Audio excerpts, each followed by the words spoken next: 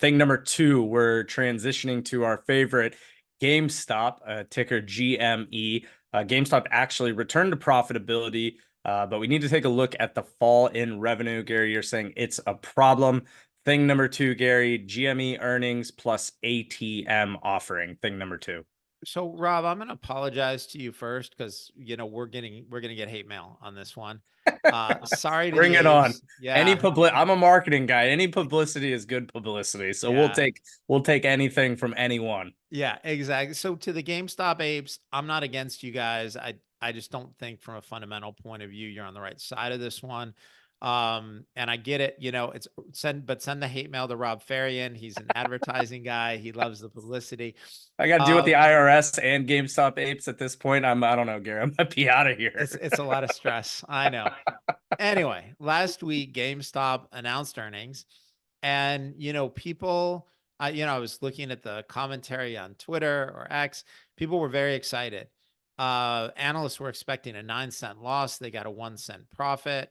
With the stock in the 20s, that's still kind of an enormous multiple. And they were also very excited about the fact that the company has an enormous amount of cash on the balance sheet. Okay, well, unfortunately, here's the downside.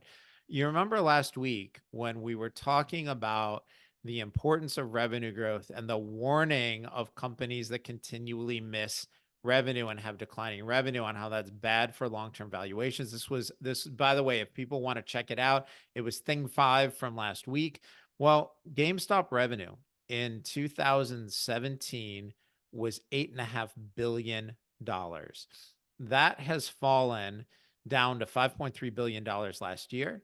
And the quarter that was just announced, revenue was 798 million. That missed estimates by 11% and was down 31% from the year before. So we just saw this company lose something like 40% of their revenue over under a decade. And in the last quarter, revenue is down 31%.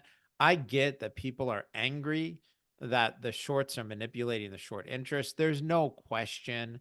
There are some shenanigans going on and that, people have gotten away with. I get why people are mad that the short interest is being violated and manipulated. I completely understand the anger that the GameStop apes have when the buy button was turned off. These are things that shouldn't happen. We should have a free and fair market. You guys aren't getting that. That said, even in a clean, non-manipulated market, it's dangerous to be in stocks where your revenue is in a long-term slide and you just reported a quarter down 31%. This is not the sign of a healthy business. Gary, there was also some intrigue around a $20 million share secondary offering. It was in a May 2024 prospectus. You note that the last time this was said, share offering followed quickly. You are cautioning, though, investors may want to watch their back. And I want to read what management said. There are no current plans, commitments, or arrangements to make any new acquisitions or investments. That's coming directly from management. Gary, what does this mean for GameStop investors? Well, Rob, the thing that you're referring to is actually the reason why GameStop has so much cash on the balance sheet. Basically this from a fundamental point of view, this business is failing. Sorry, apes. I know it's the last thing you wanted to hear, but it is, seeing $8.5 billion of revenue approaching $5 billion, seeing revenue down 31% in one quarter. And the fact is, everything they sell, you can buy on Amazon, or alternatively, you can just get digital distribution, right? So I've been a gamer since I was a kid. My PlayStation, I can just go on the PlayStation store. You click a button, the game just shows up. You don't need to go to a GameStop. At any rate, so what happened was Roaring Kitty, who from a fundamental point of view has been wrong about this name, but from a marketing point of view has been a genius. I have never in my life seen anybody use social media so adeptly, and his genius in getting a large number of people interested in the stock and involved in the stock and investing. I've never seen anything like it before. And on that part, he's been incredible. And what that did was that caused the stock to go up an enormous amount, and management, realizing they didn't have a fundamental business that was performing well, took advantage of the roaring kitty excitement that that caused the stock price to rise. And they sold tons and tons of stock. And then, the GameStop shareholders got excited, like, oh my God, we have billions of dollars of cash. They could buy a business. They're not doing that. They could buy gold. They're not doing that. They could buy Bitcoin. Not doing that. They don't have plans. This literally was, we've got a business that's failing.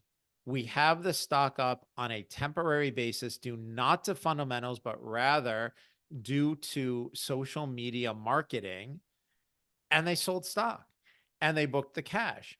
And so, management's flat out telling you, we're not doing any of those things. We don't have plans for any of that, but the fundamental underlying business is failing. Now, the one thing I've seen people say is, but wait a minute, they could be like Michael Saylor and buy tons of Bitcoin. And wouldn't that be fantastic? And my response to all of you is, yeah, first of all, Saylor is kind of a one of one situation. Don't count on that here. But I love Bitcoin. I think we're going to get to this in thing 3.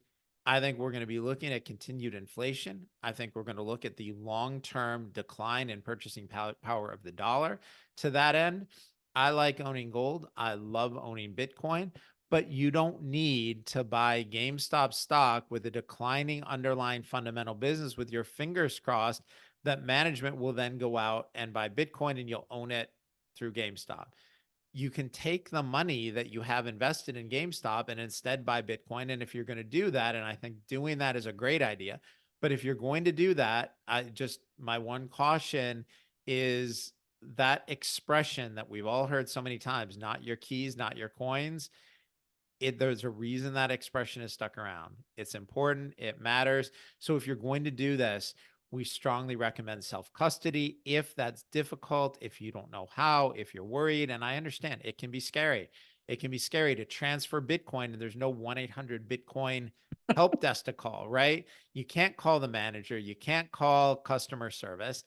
It can be a little, it can make people a little bit nervous. But if you want to do it and you don't know how, reach out at ir@deepknowledgeinvesting.com, or just check my Twitter account. It's Gary_Brode on Twitter or X. And we've published a guide to self-custody that is as easy to follow as it could be. So, that's, if that's what you're hoping for, you don't have to hope. You can just go out and buy Bitcoin today and do that and solve that. But the key thing here is that you've got a business with declining fundamentals. And, Rob, I'm going to add one more thing.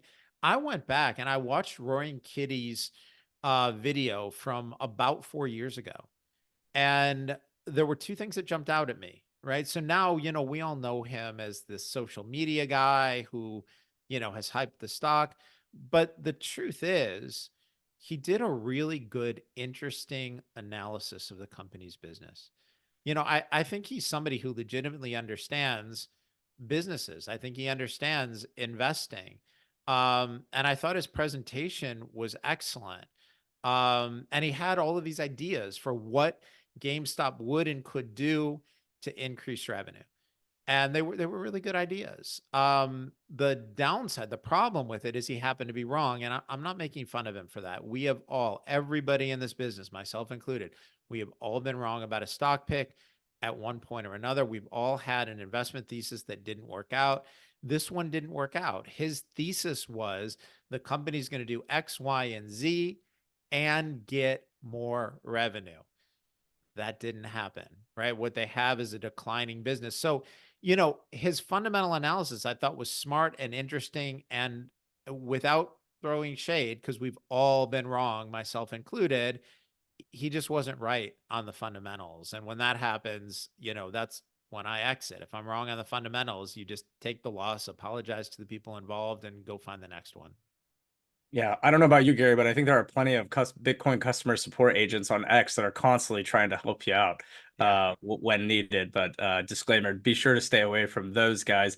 And secondly, please don't email me. Let's just have a drag out debate in YouTube comments. I think that would be the best place for it, and we'll see all the apes there. All right. Yeah. Uh, No, so no one email us, but you can, if you're angry about what we're saying, put it in the comments. yeah, Anything where you explain your point. If you just tell us we're idiots, yeah. I'm going to ignore that. If you explain your point of view, make your argument, we're happy to engage with the people who both agree and disagree. Just use the word because, I think you're wrong because, and make your point. And, we'll be happy to talk to you about it and, see what we find out. I think we'll need some AI generated Gary versus the GameStop apes in a Oh knockdown God. drag out fight. But here's the thing, Rob. I'm actually like I'm not against these guys. I know, I They have know. a legitimate Yep, right. First of all, Roaring Kitty's fundamental analysis, it was worth reading or sure. watching. It turned out to be wrong, but it was still interesting analysis. Beyond that, I think the apes have a legitimate point on how secure and fair and even-handed our capital markets are. A lot of their complaints are valid. And I don't think any of those things make GameStop a good argument. I don't think it makes GameStop, their mall-based retail business. I don't think it's going to make that business successful. But they still have a valid point and they should be heard and people should be listening to them. And by the way, apes, like I'm not kidding. Like we're happy to listen. Like, tell me why you think I'm wrong. Just say because and explain yourself because as a community, Rob, they do have some Sure. really good points Sure. and I think they're worth listening to.